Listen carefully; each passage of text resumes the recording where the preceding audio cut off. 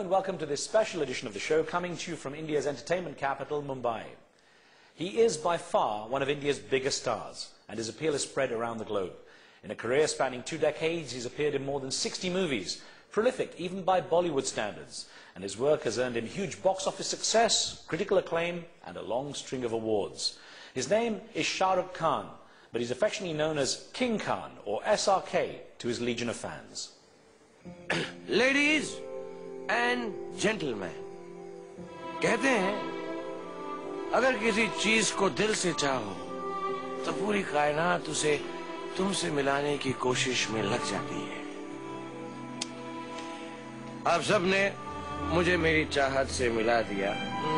Thanks very much. I feel like the king of the world. Shah Rukh, thanks for your time. Thank you, Riz. You know, in this your new movie, Rab Ne Bana Di Jodi, you've created this anti-hero image, almost with the glasses and ill-fitting clothes and everything else. Were you trying to break away from the typical hero look? No, I wasn't breaking away, Riz. Actually, the idea came to me for some years. See, I do come from a very middle-class, regular kind of background, and I've been selling this dream-like hero type. I call them the hero type. I don't call them stereotypes. It's a hero type. He's cool. He wears Harley Davidson, wears Ray-Bans, drives a cool car or a bike, and he's very good with women. And I started feeling that I've been selling this too long, and I truly believe I force people into watching the kind of films I do. And sometimes I get a little wary of looking at. I'm like, is this what I want to keep telling people? It's really cool to be cool, and I'm not cool in personal life. I'm rather boring and I'm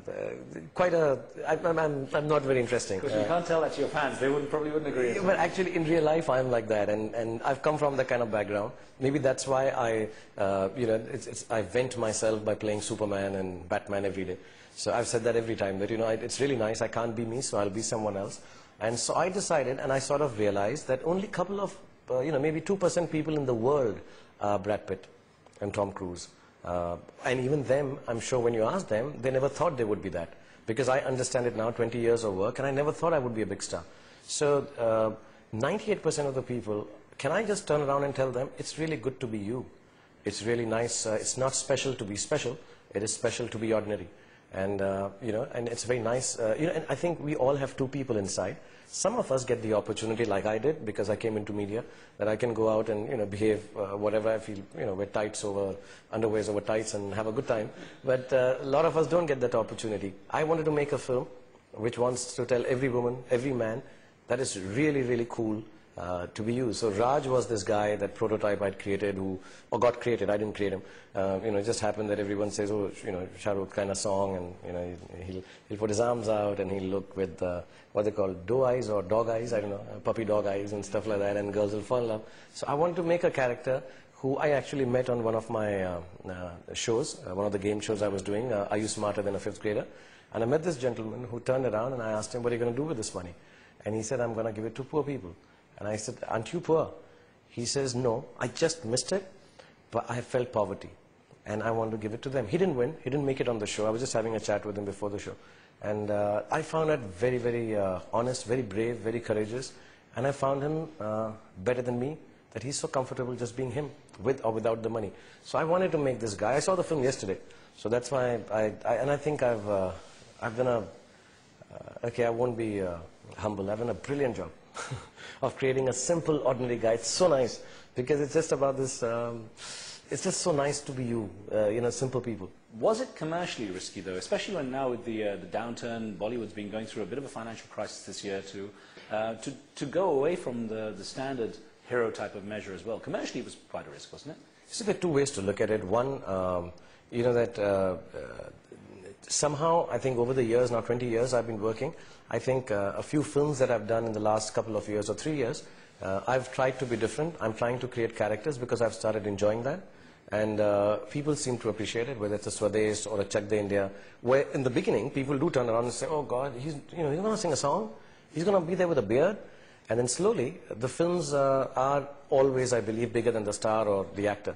And that proved it so with these two films. So this time, I think people are a little apprehensive about saying, we don't like him. They're like, okay, there must be something to this film.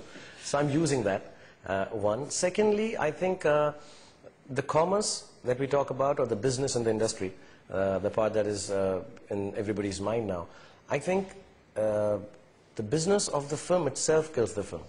The business of the industry doesn't kill a film. So you make a film. When you made Chak De, it was made in like maybe a couple of $1 million, which is a very small budget film for the kind of stardom and everything it attached to it. But we made it in that. And we released it, and it did well. Similarly, this film is much more expensive. It's a film that has been made by the director who's had the longest film, second longest film in the history of the world, running film, Dilwale Dulhaniya Le Jayenge. And we said, if we don't do it, now we are all 40s.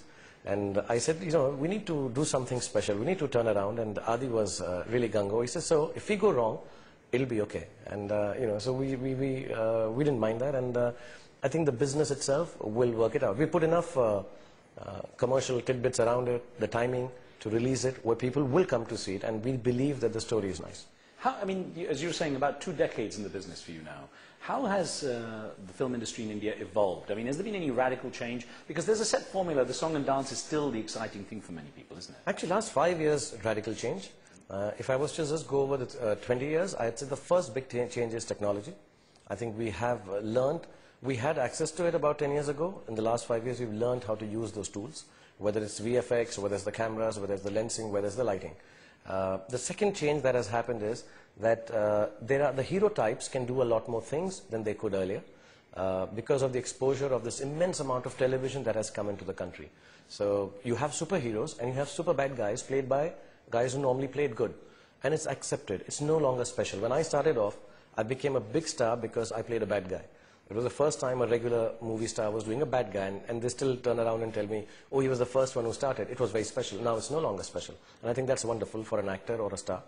And the third change is, India is going to be the youngest country in the world in the next few years. I think 2010, 2011, I think Uganda and India are going to be there. And that change has been the radical one. The last 5 years, youngsters have come in. Like now when I show my son a film who's 11, who's not perhaps the right age, but you know, I have access to kids of 15, 16 who I'm talking about. The other day I saw a film and I was telling the problems in the film to these kids. But did you like that? They didn't resolve that. They didn't say that. He didn't look good. And this kid turned around and said, you know, uncle, you have problems. The film had no problem. And that was really nice because the kids now, or the youngsters now, they don't come with a set piece in mind. The film has to be like this. So there are a lot of new films without songs. We're doing films without songs, without a big thing now. And there is a change, but yes, there is still a 60 to 70% big market, which has to be, you know, it's such a huge country with so many different people. You need to do something for the grandmoms also. And, you know, so you have to do a mix kind of stuff. For the last decade or so, there's been a lot of comparison between Hollywood and Bollywood. And of course, you know, the question that usually gets asked is, do you have interest in Hollywood?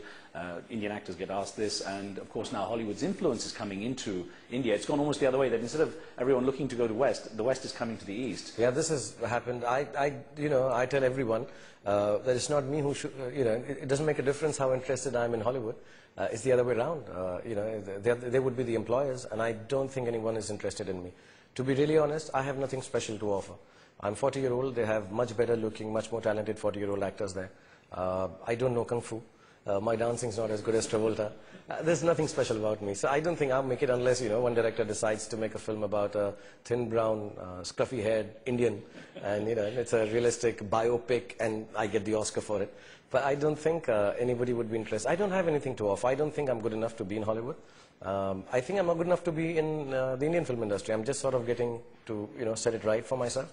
The second part is that, yes, you know, there was a time when I very pompously, when I was younger and stupider, I remember saying it, you know, when people used to say, are you going to Hollywood? And very pompously in America, and Voice of America, I think I was giving an interview and I turned around and said, yeah, if Hollywood wants me, it has to come to Mumbai. And it was very pompous and silly, and but sounded good, you know, like a movie star. But now I notice the production has come here. The market is here now. You know, you have 1.2 billion people here.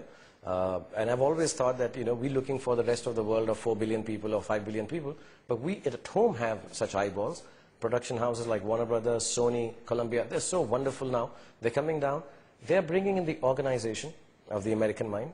And I think we need to bring in a bit of rawness and madness of the Indian culture, the colors and warmth. And that would be a great mix. So far, that's not happened. I don't think there is a mix which has happened. Once that happens,